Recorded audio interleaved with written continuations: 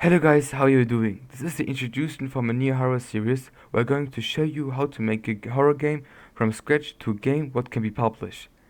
Let's start at first with the most important things to create a horror game. Let's start with my simple point, creativity. Your game has to be good. Of course, that's clear and everyone says that. But your game shouldn't be a standard horror game where you're in a house looking for some keys, get some jump scares and then escaping. The most important thing is that your game stands out from others. This is also called a unique selling proposition. If your game doesn't stand out a little from others, there is no reason to play the game because it doesn't offer you anything new. Try new things and just try them out because trying things out is the best thing you can do. The second most important thing is sounds. It may sound a little strange at the beginning, but without sounds, the horror game is bad, and I really mean that. If we look at these two examples, you see how important sounds are.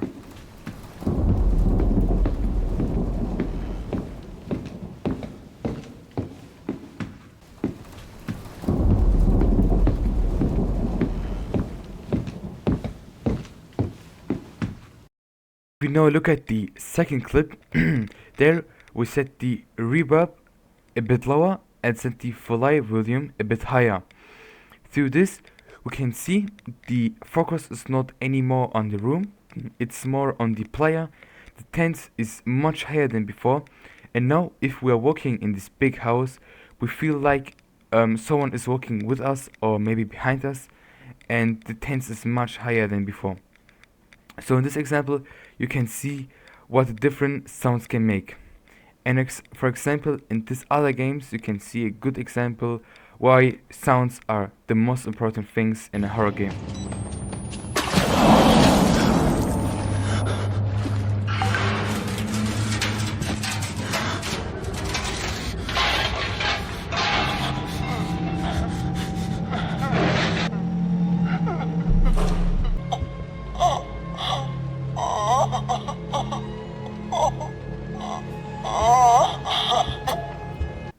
If you go into a horror escape room, nothing happens for the first 30 minutes, because what scares you is that something can get out of a corner at any moment, not really a jump scare. The idea that you will be scared is the key good and scary horror game, and you can achieve this with good sounds. The third point, please don't spam jump scares. Jump scares are really important moments and don't have to happen often. Very unexpectedly and also very important. A game where you get a jump scare every 10 minutes will not longer be scary at some point.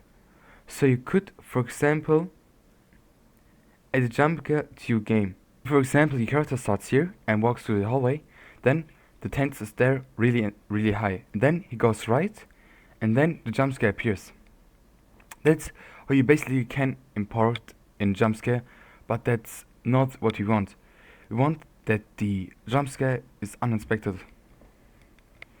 Because if we, for example, add a jump scare like this, our player already knows that if he, for example, is in a hallway and then goes to the right, he knows maybe there's a jump scare, or if there is not a jump scare, if he goes left, for example, a second time, he knows there is a jump scare.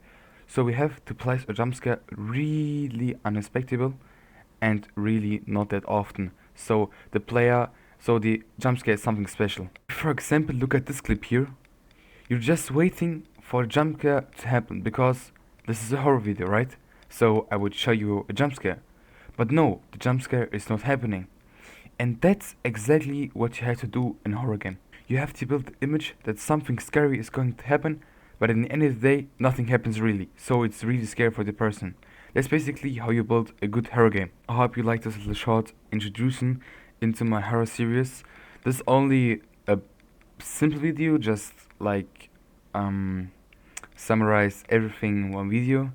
Of course, I'm gonna do a simple video only about sound effects, how to build good jump scares into your video game, and stuff like this. And if you want to follow me by the series, just subscribe and like this channel.